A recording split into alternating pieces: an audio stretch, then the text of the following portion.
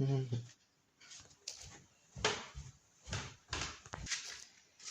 على الفلاح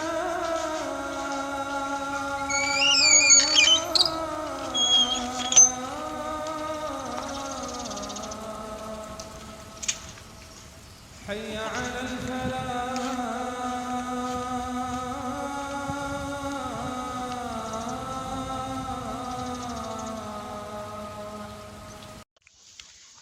Assalamu alaikum dostlar. Sizler менен кайрадан мен Шабдан Болотбековду өзүнчө эле кыйын боло бербейм. Кандайсыңар? Ден соолук иштериңер кандай? Көптөн бери видео чыгара элекмин, бүгүн аша тартып коеюн деп чечтим. Өтө көп жаңылыктар болуп кетти. Рамазан айы бүттү, орозо болду. Дагы эмне таравихтер болуп атты. Жакшы нерселер болуп атты. Көптөн кызыктуу нерселер болду да. Андан кийин мен мурун билесиңер да, эмеге 1 жыл барып келбедим мен. Россияга Екатеринбургка барып сушиде иштегем да.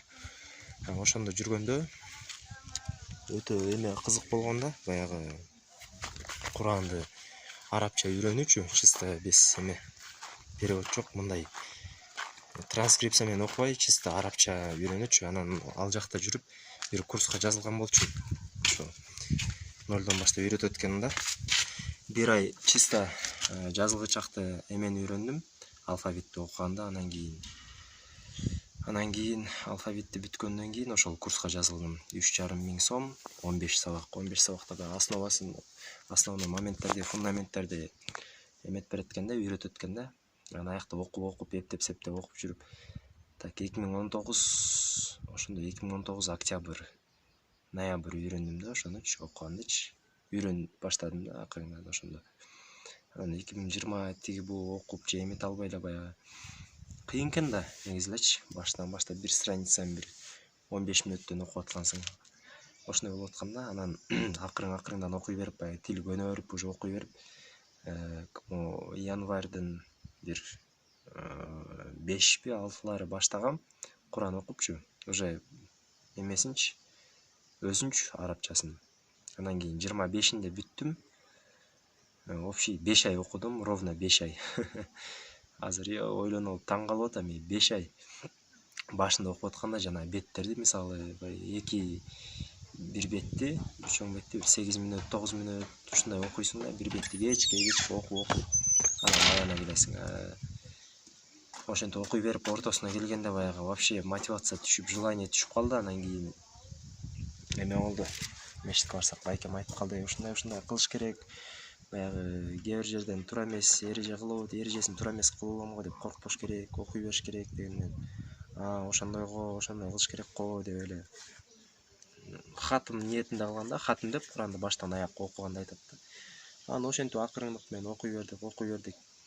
Анан могу Рамазан айынын ичинде, почти 1 ай 15 күнүн ичинде калган 15 параны окуп бүттүм да. Анан азыр абдан кубанып жатам, что целый Куранды 5 айда окуп бүткөнүмөчү. Маанисин түшүнгөн жокмун мен полностью, баягы араб эмеспиз да, кыргызбыз да.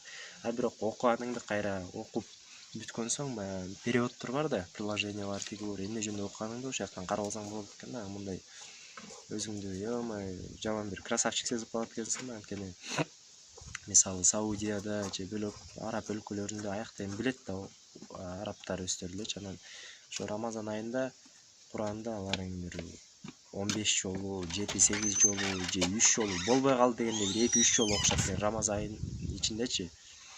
Аларды көрүп, ёмой деп бир сыра суктанып, анан Аллах таала эми мүмкүнчүлүк бериптир, биякта эле жүрүп Кыргызстанда 5 айдын ичинде бир китепти окуп бүткөнгөчү. Анан ушундай кичинекей бир жылыш болсо да, бирок ушундай бир чоң бир мындай ичиңде бир жылуулук пайда болот экен да. Мына 3 айбы канча эптеп-септеп болсо да окуп бүттүм депчи. Ошондой достор.